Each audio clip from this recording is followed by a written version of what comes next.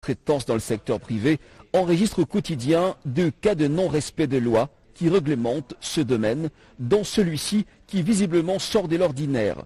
Il est question d'une dénonciation faite par 2 actionnaires congolais de la société CCE-CSAS sur l'existence avérée d'un cas flagrant de prête-nom d'un chauffeur de l'associé chinois utilisé comme 4e associé de la dite société dans le but de couvrir malencontreusement leurs opérations et gérer les contrats signés avec TFM et CMOC qui s'en fout à leur niveau.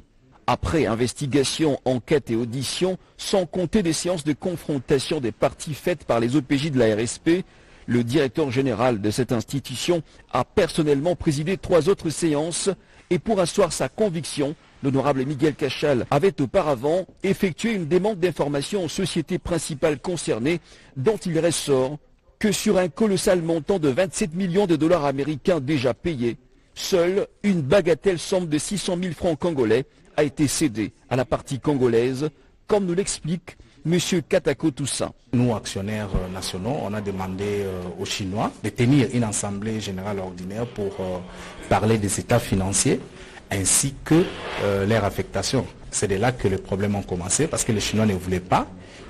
Nous sommes venus à la RSP pour que nous puissions être régulés. Moi, nous sommes ravis parce qu'il y a eu une régulation à bonne et due forme.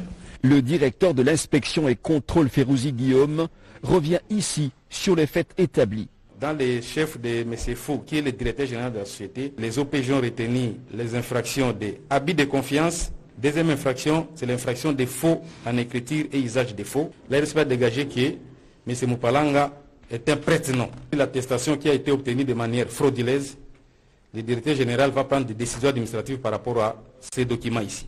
La troisième infraction, c'est l'infraction de blanchiment des capitaux.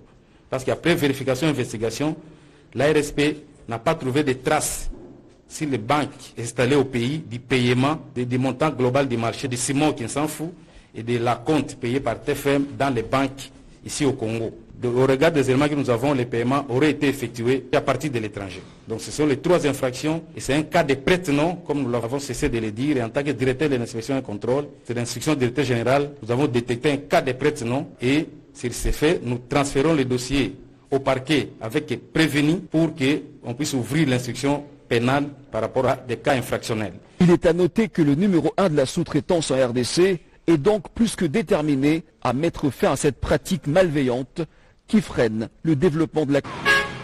Chose promise, chose due.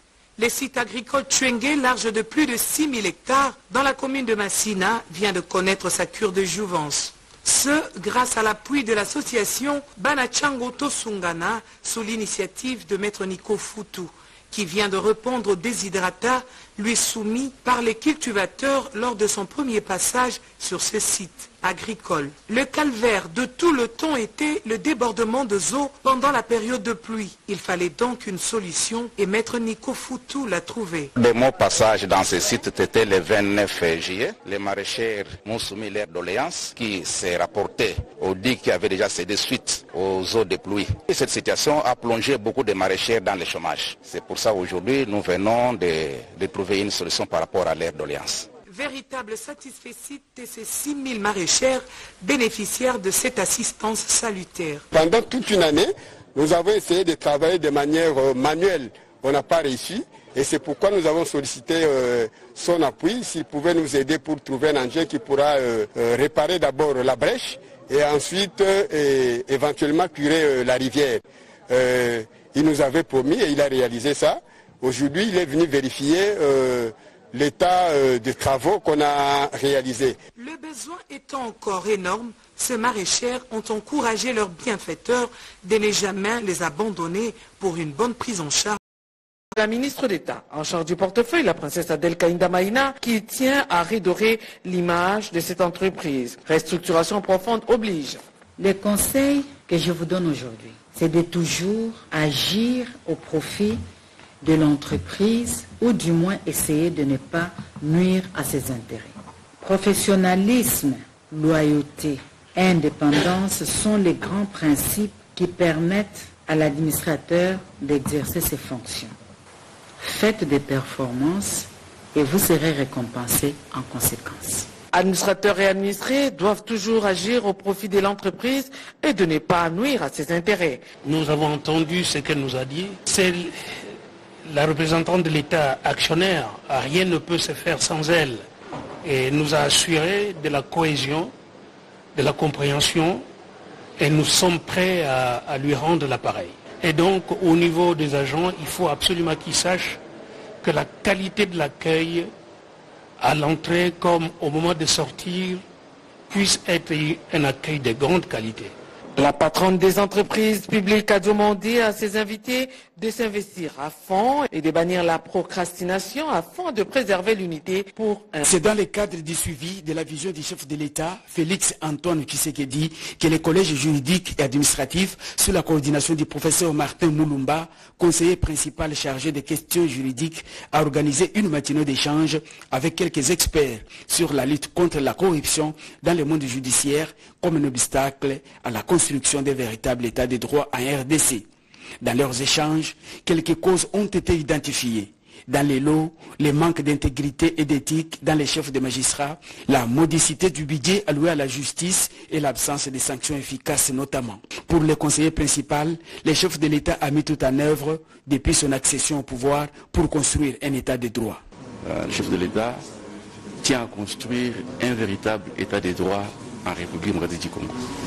Depuis qu'il est arrivé au pouvoir, il a mis tout en œuvre pour construire un état de droit, un véritable état de droit.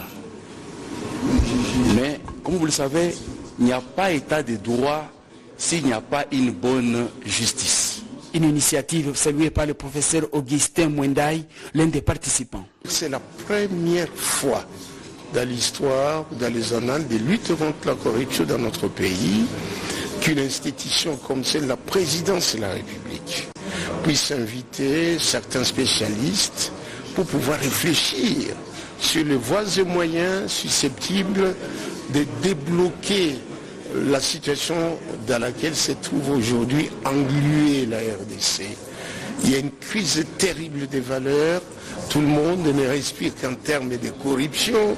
Solo la bien, appelle ça Talate, Moprezo le Gibango, c'est le langage courant de la rue. Alors cette initiative du conseil principal du chef de l'État, dans le cadre de la vision du président de la République, qui veut voir notre pays accéder au statut d'un pays qui respecte l'état de droit, mérite d'être félicité amplement. Plusieurs propositions ont été faites à l'issue de cette matinée de réflexion, entre autres, la restauration des sanctions au niveau des magistrats corrompus, la mise en place d'une brigade de surveillance dans l'appareil judiciaire et l'amélioration des conditions de travail des magistrats pour soutenir l'engagement du président de la République dans sa